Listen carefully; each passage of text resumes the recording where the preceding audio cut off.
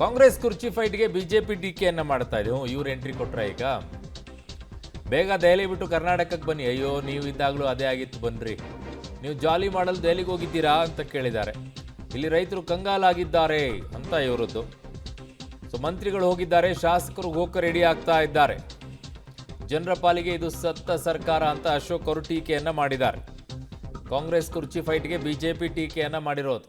ಬೇಗ ಡೆಲ್ಲಿ ಬಿಟ್ಟು ಕರ್ನಾಟಕಕ್ಕೆ ಬನ್ನಿ, ಇಲ್ಲಿ ಸಮಸ್ಯೆಗಳು, ಸಂಬಳ ಕೊಡೋಕ್ಕೆ ಆಗ್ತಾ ಇಲ್ಲ, ಸಾರಿಗೆ ಇಲಾಖೆ ಸ್ಟ್ರೈಕ್ ಕಾಲ್ ಮಾಡಿದ್ದಾರೆ, ಕೋರ್ಟ್ ಆದೇಶದ ಮೇಲೆ ನಿಂತಿದೆ, ಅಂಗನವಾಡಿ ಕಾರ್ಯಕರ್ತರದು ಸಮಸ್ಯೆ ನಡೀತಾ ಇದೆ, ಸಂಬಳ ಕೊಡೋಕ್ಕೂ ಹಣ ಇಲ್ಲ ಫೈನಾನ್ಸ್ ಡಿಪಾರ್ಟ್ಮೆಂಟಿಂದ, ಮಳೆ ಬರ್ದಿರ ರೈತರು ಕಂಗಾಲಾಗಿದ್ದಾರೆ.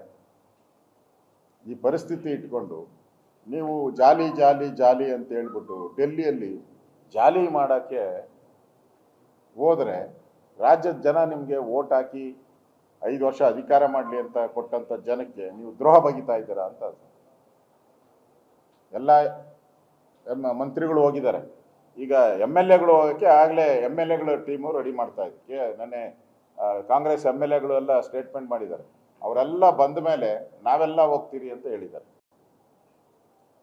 ಅಂದರೆ ಇದೇ ರೀತಿ ಒಂದು ವರ್ಷದಿಂದ ಈ ಥರದ ಘಟನೆಗಳನ್ನು ನೋಡಿ ನೋಡಿ ಜನ ಸಾಕಾಗೋಗ್ಬಿಟ್ಟಿದೆ. ಕಾಂಗ್ರೆಸ್ಗೆ ಯಾಕೆ ವೋಟ್ ಹಾಕಿದ್ರು ಅಂತ ಅನಿಸೋ ಪರಿಸ್ಥಿತಿ ಇವತ್ತು ರಾಜ್ಯದಲ್ಲಿ ಮೂಡ್ತಾ ಇದೆ.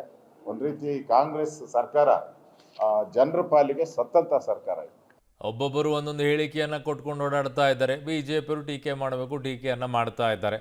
ಅವರು ಅಧಿಕಾರದಲ್ಲಿದ್ದಾಗಲೂ ಮಾಡಿದ್ದು ಇದನ್ನೇ.